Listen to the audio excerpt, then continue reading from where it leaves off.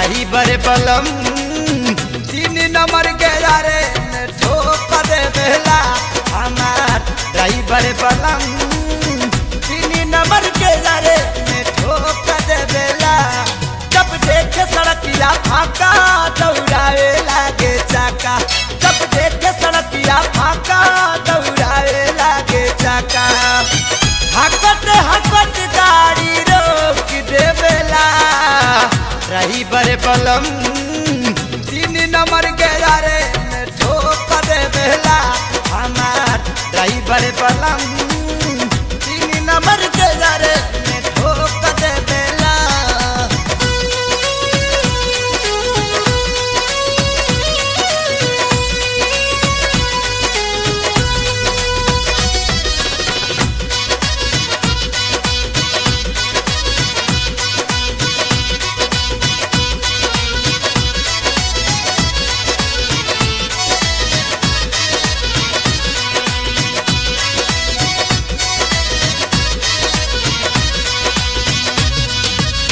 चढ़ते ही सीटवा पर हॉर्न दबावे, दिनों में हेडलाइट लागे जरावे। चढ़ते ही सीटवा पर हॉर्न दबावे, दिनों में हेडलाइट लागे जरावे। चपियस लेकर धूरा ठोक देवेला ड्राइवर बलम 3 नंबर के यारे में ठोक देवेला हमार ड्राइवर बलम 3 नंबर के यारे में ठोक देवेला।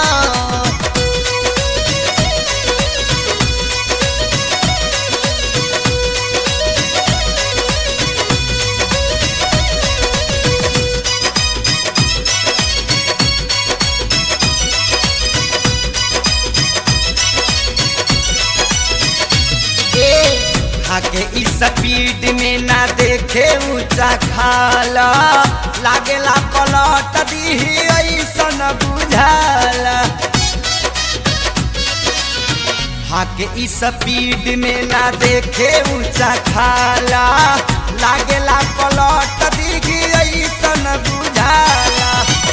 पानी जवनिया के भोग देवेला ड्राइवर बलम 3 नंबर के यारे में ठोक देवेला हमार ड्राइवर बलम 3 नंबर के यारे में ठोक देवेला।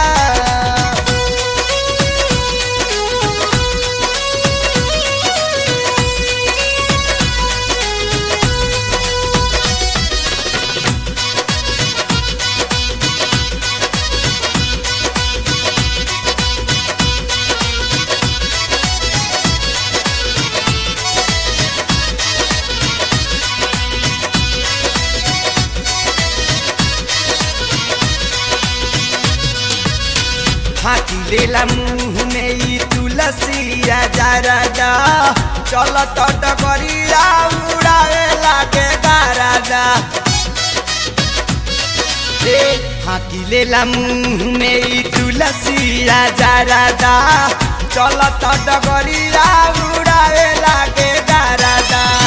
महेश खेसारी देखी खोख देवेला ड्राइवर बलम 3 नंबर के यारे में ठोक देवेला हमार ड्राइवर बलम 3 नंबर के यारे में ठोक देवेला। जब देखे सड़किया फाका दौड़ावे लागे चाका, जब देखे सड़किया फाका दौड़ावे लागे चाका। हकत हकत गाड़ी रोक देवेला ड्राइवर बलम 3 नंबर के